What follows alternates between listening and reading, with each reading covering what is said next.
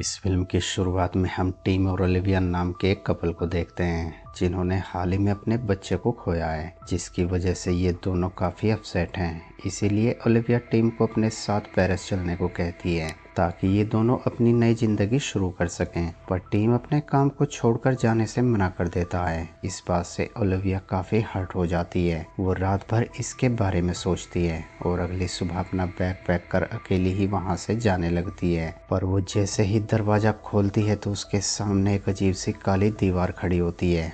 Olivia को लगता है कि ये सब टीम ने किया है ताकि वो यहाँ से ना जा पाए, मगर जब टीम उस दीवार को देखता है तो वो हैरान हो जाता है। ओलिविया टीम को उस दीवार को हटाने को कहती है तो टीम उसे कहता है कि मेरा यकीन करो, मुझे इसके बारे में कुछ भी पता नहीं है। ये सुनकर ओलिविया गुस्से में अंदर आती है और वहाँ का मंजर देखकर जोरों से चिल्लाती है। टीम जब उसके पास आता है तो वो देखता है कि इनकी खिड़कियों को भी काली दीवार ने बंद कर दिया है। ओलिविया गुस्से में आकर दीवार पर लात मारने लगती है, पर दीवार पर कोई भी असर नहीं होता। और ज़्यादा परेशान करने वाली बात यह होती है कि अब इनके फ़ोन में सिग्नल भी नहीं था और इनके घर का पानी भी बंद हो चुका था। इन्हें कुछ समझ नहीं आता कि ये सब इनके साथ क्या हो रहा है। ओलिविया अंदर से ड्रिल मशीन लाकर दीवार में सुराख करने लगती है, मगर उस दीवार को खरोच तक नहीं आती।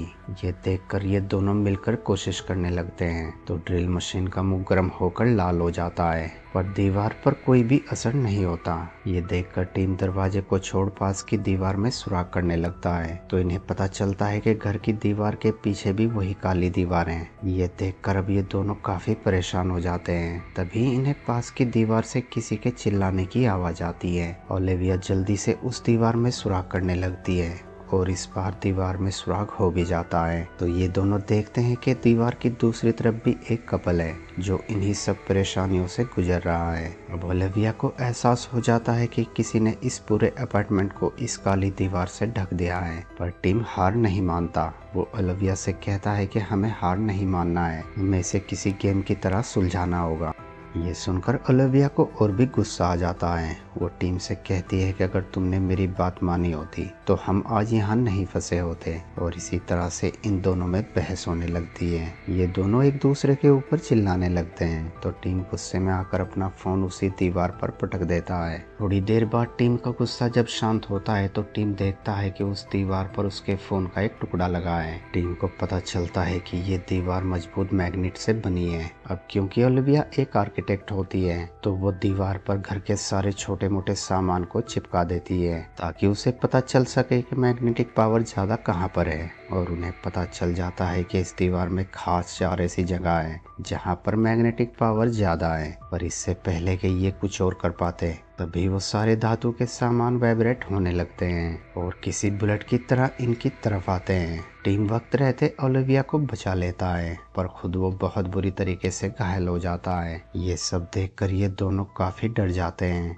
ओलिविया टीम की पीठ से वो सारे औजार निकालती हैं। साथ ही ये दोनों और कोशिश करने के बारे में सोचना बंद कर देते हैं। उन्हें लगता है कि शायद ये दीवार कल तक अपने आप हट जाएगी, पर तभी इन्हें फिर से वापस उसी कमरे से चीखने की आवाज आती है। उन्हें लगता है कि वो लेडी किसी बड़ी मुसीबत में है, इसीलिए ये दोनों उस दीवार में एक बड़ा सा होल कर उस कमरे में आ जाते हैं तो वो देखते हैं कि वो लेडी जमीन पर पड़ी है और उसका हस्बैंड वहाँ पर नहीं है। टीम उसके हस्बैंड को इधर उधर देखने लगता है, पर तभी उसका हस्बैंड टीम के ऊपर हमला कर देता है। टीम किसी तरह खुद को उससे बचाता है। अब टीम जैसे ही उसके ऊपर हमला करने लगता है तभी वो लेडी बीच में आ जाती है। वो टीम को बताती है कि इसने मेरे ऊपर हमला नहीं किया है, बल्कि ये तो मेरी मदद कर रहा है। दरअसल इन दोनों ने थोड़ी देर पहले ही कुछ नशा किया था जिसकी वजह से इनका मानसिक संतुलन बिगड़ गया और इसी कारण उसने टीम के ऊपर हमला किया। पर टीम फिर भी उस आदमी के हाथ बांध देता है ताकि नशा उतरने तक वो शांत रहे।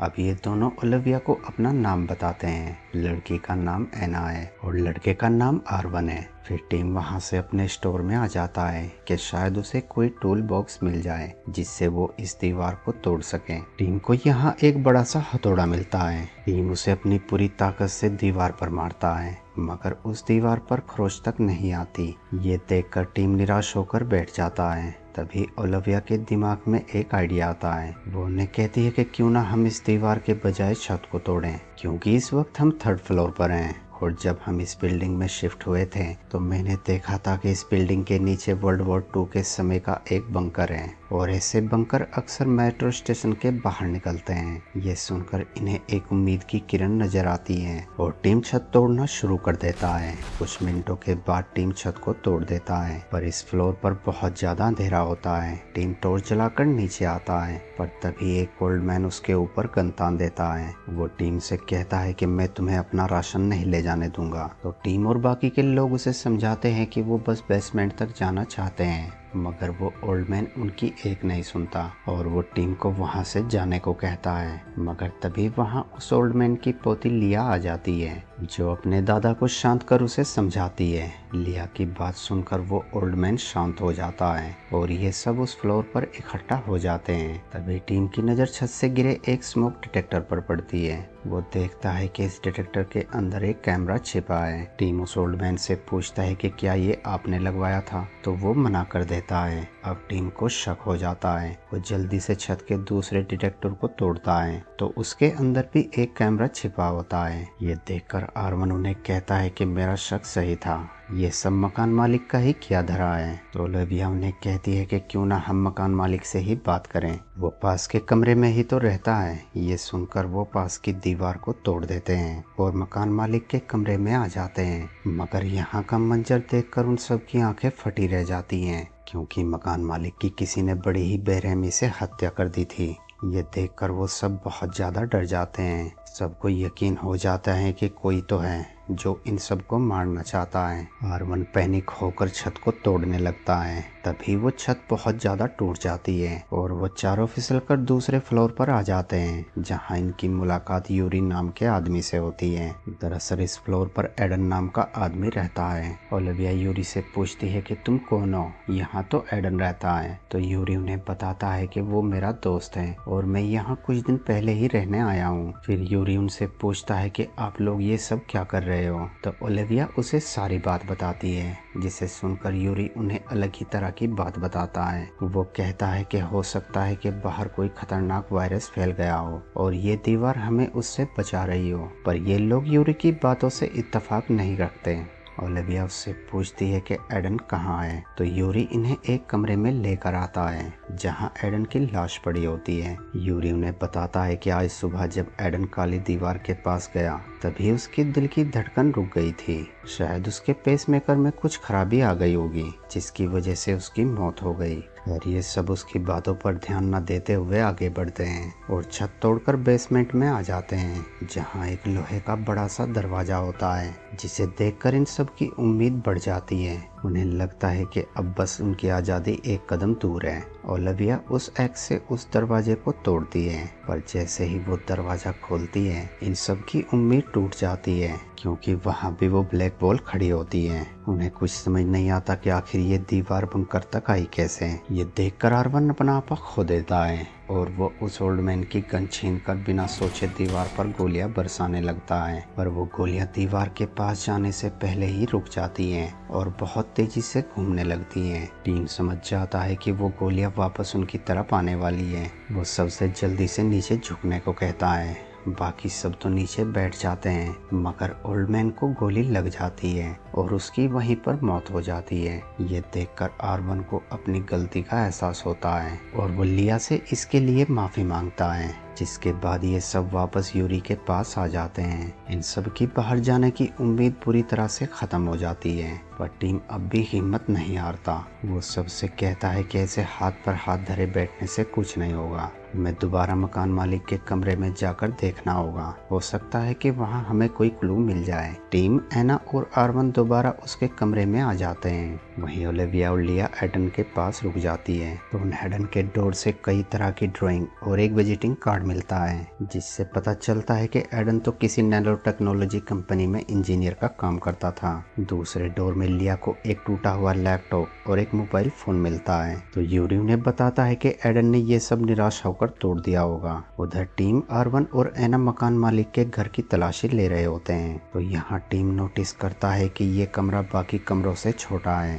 वो पास की दीवार को बड़े ध्यान से चेक करता है, तो उसे पता चल जाता है कि इस दीवार के पीछे एक खूब खुफिया कमरा है, मगर इन्हें ये नहीं पता कि इसे खोला कैसे जाए। तभी आरवन को एक कबर्ड से एक गैजेट मिलता है जिसमें 10 अंकों के नंबर लिखे होते हैं। दीवार को खोलने का कोड कोई भी हो सकता था, तो टीम किचन से मैदा लाकर उस गैजेट पर फूंकता है और इन्हें गैजेट का कोड साफ चमकने लगता है, जिसे देखकर ये तीनों खुश हो जाते हैं। एना ये बात बताने के लिए ओलिविया के पास आती है। ये खबर मिलते ही ओलिविया और यूरी उसके साथ चले जाते हैं और लिया अकेली एडन के पास खड़ी रह जाती है और एडन के बनाए कोड को बड़े ध्यान से देखने लगती है। तभी उसकी नज़र एडन की गर्दन पर पड़ती है। उसकी गर्दन देखकर पता चलता है कि एडन को किसी ने गला दबाकर मारा है। ये देखकर लिया हैरान हो जाती है। तभी यहाँ पर यूरी आ जाता है। उधर टीम उस खुफिया कमरे को खोल देता है। यहाँ ये लोग देखते हैं कि मकान मालिक ने हर एक कमरे में खुफिया कैमरा लगा रखा है।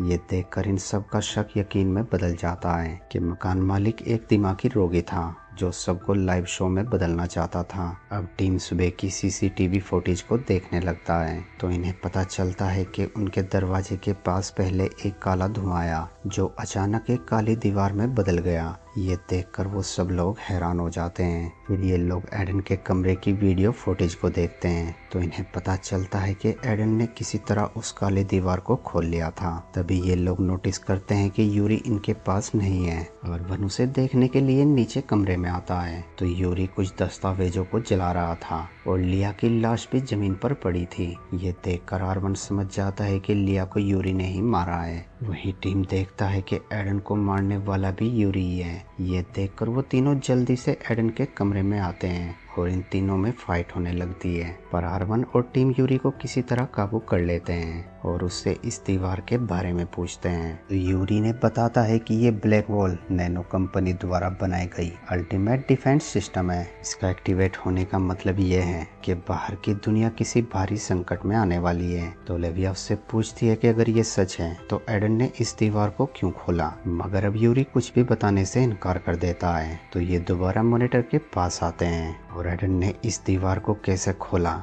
ये सब ध्यान से देखने लगते हैं। तो इन्हें पता चलता है कि एडन ने इस दीवार को खोलने के लिए एक क्यूआर कोड को तैयार किया था और वो कोड इस वक्त एडन के मोबाइल फोन के अंदर है। टीन एडन के फोन से उस कोड को निकालकर दूसरे फोन में इंस्टॉल कर देता है, जिसके बाद ये तीनों उस ब्लैक वॉल के पास आ जाते हैं। ऐप चालू करने पर सामने 4 बॉक्स आते हैं। टीम उनमें से एक बॉक्स को टच करता है तो फोन की फ्लैश कई बार टिमटिमाती है और इसी तरह से वो चारों बॉक्स को दबा देता है। कुछ देर बाद वो दीवार पिघलने लगती है और वो एक पानी की तरह हो जाती है।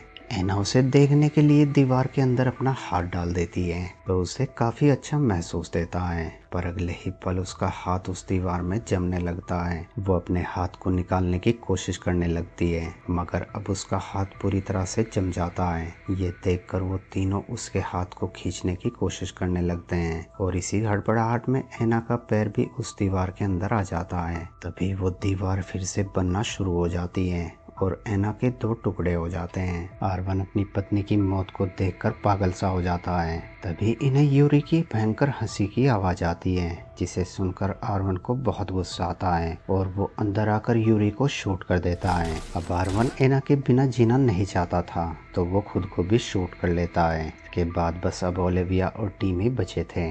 ये दोनों उस दीवार के बारे में बारीकी से सोचने लगते हैं तो ओलिविया को एडन की वो वीडियो फुटेज याद आती है, जिसके बाद वो एडन की फुटेज को ध्यान से देखते हैं और एडन के फोन की फ्लैश को गिनती करते हैं और इस तरह से इन्हें सही क्रम का पता चल जाता है। जिसके बाद वो दोबारा उस वॉल के पास आते हैं, पर इससे पहले कि वो उस दीवार को खोल पाते तभी वहाँ पर यूरी आ जाता है जो टीम के ऊपर हमला कर देता है और इन दोनों में फाइट होने लगती है। तब तक ओलिविया उस कोड से दीवार को खोल देती है। यूरी टीम के ऊपर भारी पड़ रहा होता है तो ओलिविया पीछे से आकर यूरी के सर पर जोर से मारती है और टीम को लेकर वहां से निकल जाती है। कुछ दूर चलने के बाद इन्हें सूरज की रोशनी नजर आती है और बाहर आने पर वो कुछ ऐसा देखते हैं कि उनकी आंखें फटी रह जाती है। दरअसल ये ब्लैक होल केवल उनकी बिल्डिंग पर ही नहीं बल्कि पूरे शहर की बिल्डिंगों पर थी। ये दोनों अपनी गाड़ी में बैठकर वहां से निकलने लगते हैं तो गाड़ी में लगी रेडियो की न्यूज में इन्हें पता चलता है कि नैनो कंपनी में भीषण आग लगने के कारण ये सुरक्षा प्रणाली अपने आप एक्टिवेट हो गई। दरअसल नैनो कंपनी ने ये टेक्नोलॉजी वर्ल्ड वॉर 3 के लिए बनाई थी, मगर आग लगने के कारण वो पहले ही एक्टिवेट हो गई थी। और इसी सीन के साथ इस मूवी का एंड हो जाता है। दोस्तों वीडियो अच्छी लगी हो तो वीडियो को लाइक और चैनल को सब्सक्राइब जरूर करना। Thanks for watching.